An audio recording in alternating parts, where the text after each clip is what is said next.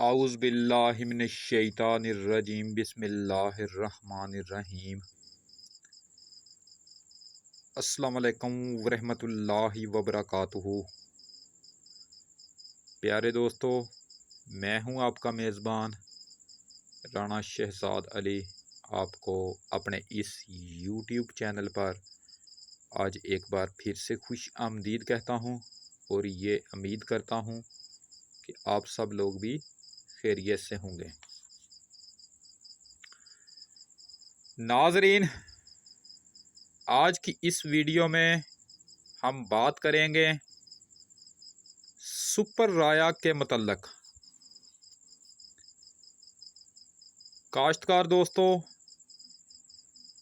पाकिस्तान में इस वक्त जितनी भी सरसों, राया, कैनोला या हाइब्रिड कैनोला की वैरायटीज़ पाई जाती हैं, उन सब में सबसे ज़्यादा पैदावार देने वाली जो वैरायटी है वो है सुपर राया।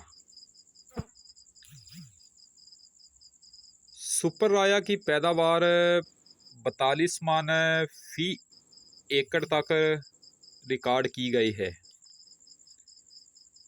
और हमारे काश्तकार भाई 30 से 35 मन फी एकड़ तक इसकी पैदावार बड़ी आसानी से हासिल कर भी रहे हैं।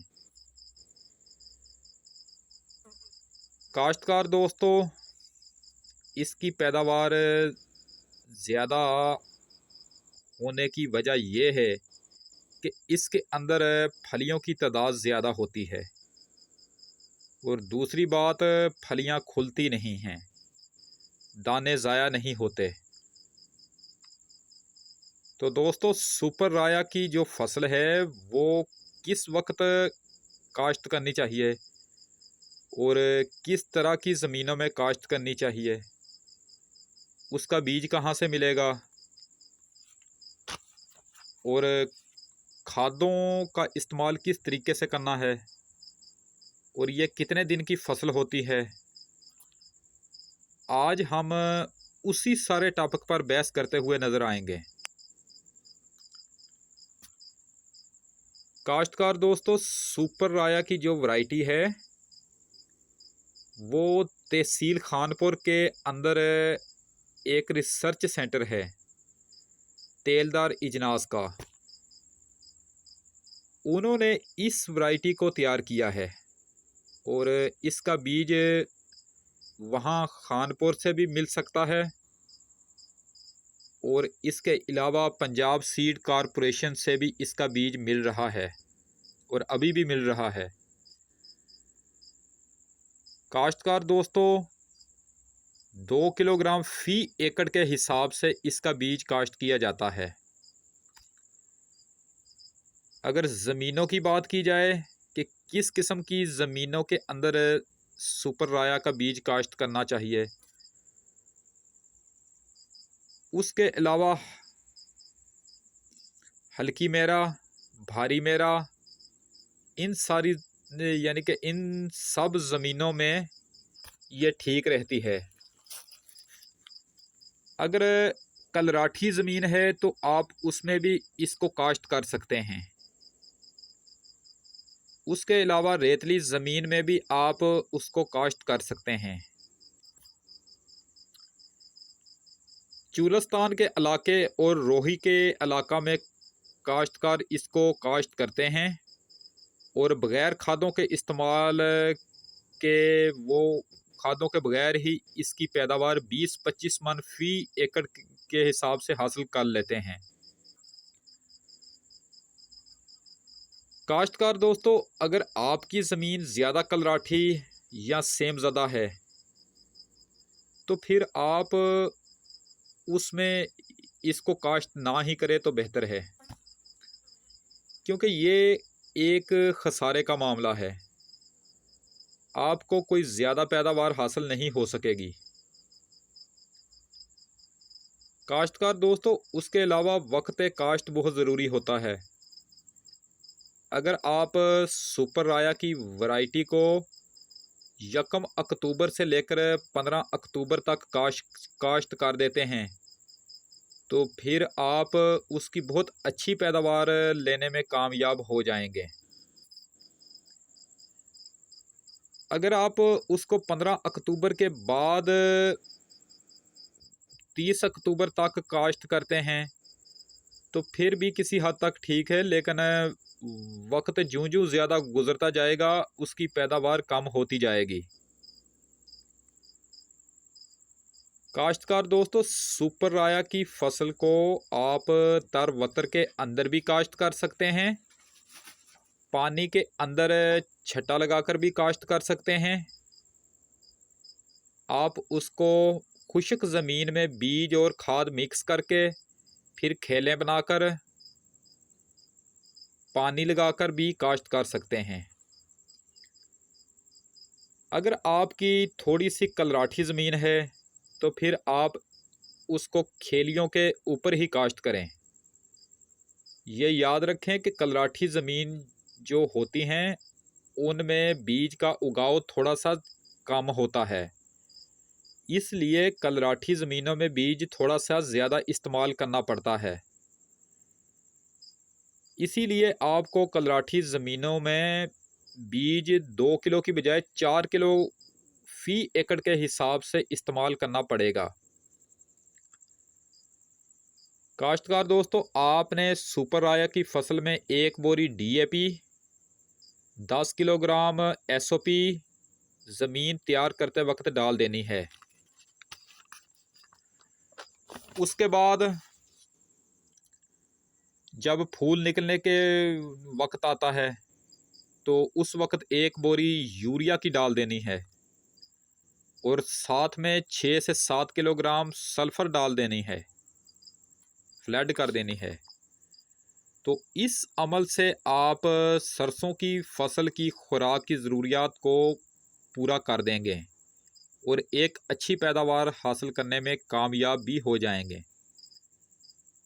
उसके अलावा इस राया, सरसों और कनोला की फसलों में अच्छी पैदावार लेने के लिए जड़ी बूटियों को कंट्रोल करना भी बहुत ज़रूरी होता है। आपको चाहिए कि आप पहला पानी लगाने से पहले या पहला पानी लगाने के बाद गोडी कर दें और साथ में छदराई भी कर दें। छदराई करते वक्त पौधे से पौधे का फासला 6 इंच तक रखें। काश्तकार दोस्तों, सुपर राया की फसल को 3 पानी की ज़रूरत होती है। पहला पानी आपने 20-25 दिन बाद लगाना है। दूसरा पानी आपने उस वक्त लगाना है जब आपकी फसल फूल निकाल रही हो और फलियां बना रही हो। और तीसरा पानी आपने उस वक्त लगाना है जब बीज बनने का वक्त शुरू हो जाए। काश्तकार दोस्तों, सुपर राया की फसल 140 से 145 दिन की होती है। अगर आपने उसे 15 अक्टूबर तक काश्त कर दिया है तो फिर आप उसे मार्च के पहले हफ्ते या दूसरे हफ्ते के अंदर उसकी कटाई कर सकते हैं। कटाई उसकी उस वक्त कर दें, उस वक्त शुरू करें जब उसकी फलियां 70 से 80% तक भूरे रंग की हो जाएं, यानी पक जाएं। उसके अंदर शटरंग कम होती है, यानी फलियां खुलती कम हैं, बीज कम ज़ाया होता है और उसी वजह से आपको पैदावार भी ज़्यादा हासिल होती है। तो काश्तकार दोस्तों, अब तक के लिए इतना ही काफ़ी है। इंशाअल्लाह ताला फ़सलों के मतलब और भी बहुत अच्छी अच्छी वीडियोस में आपसे मुलाकात होती रहेगी। तो वीडियो अगर पसंद आए तो काइंडली इसको लाइक ज़रूर कर दिया करें। वीडियो अगर नापसंद भी आए तो भी इसको डिसलाइक किया करें। अगर हो सके तो मेरी इसी वीडियो को आगे अपने दूसरे दोस्तों को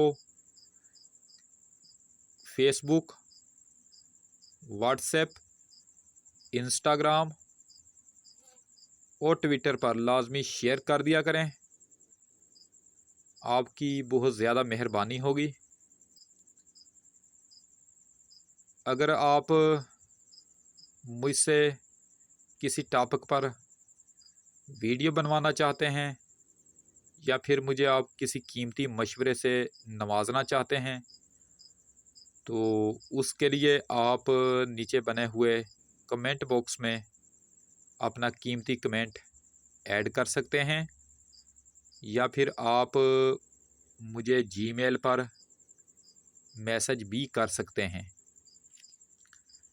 अपनी ख़ास दुआओं में मुझे हर वक्त हमेशा याद रखा करें और मेरे इस चैनल का भी ख़ास ख्याल रखा करें। अगर हो सके तो मेरी इन वीडियो को ज़्यादा से ज़्यादा शेयर किया करें ताकि दीगर दूसरे जो किसान भाई हैं उन तक भी ये मेरी वीडियो पहुंच जाए ताकि उनको भी वो भी इस वीडियो से इस्तिफ़ादा हासिल कर सकें। तो इसी के साथ आज की ये नशिस्त ख़त्म करते हैं। इंशाअल्लाह ताला अब आपसे दोबारा मुलाकात नेक्स्ट टाइम अगली वीडियो में होगी। उस वक़्त तक के लिए मैं आपसे इजाज़त चाहता हूँ। वीडियो को लाइक करें, चैनल को सब्सक्राइब करें और बेल आइकन पर ज़रूर क्लिक करें।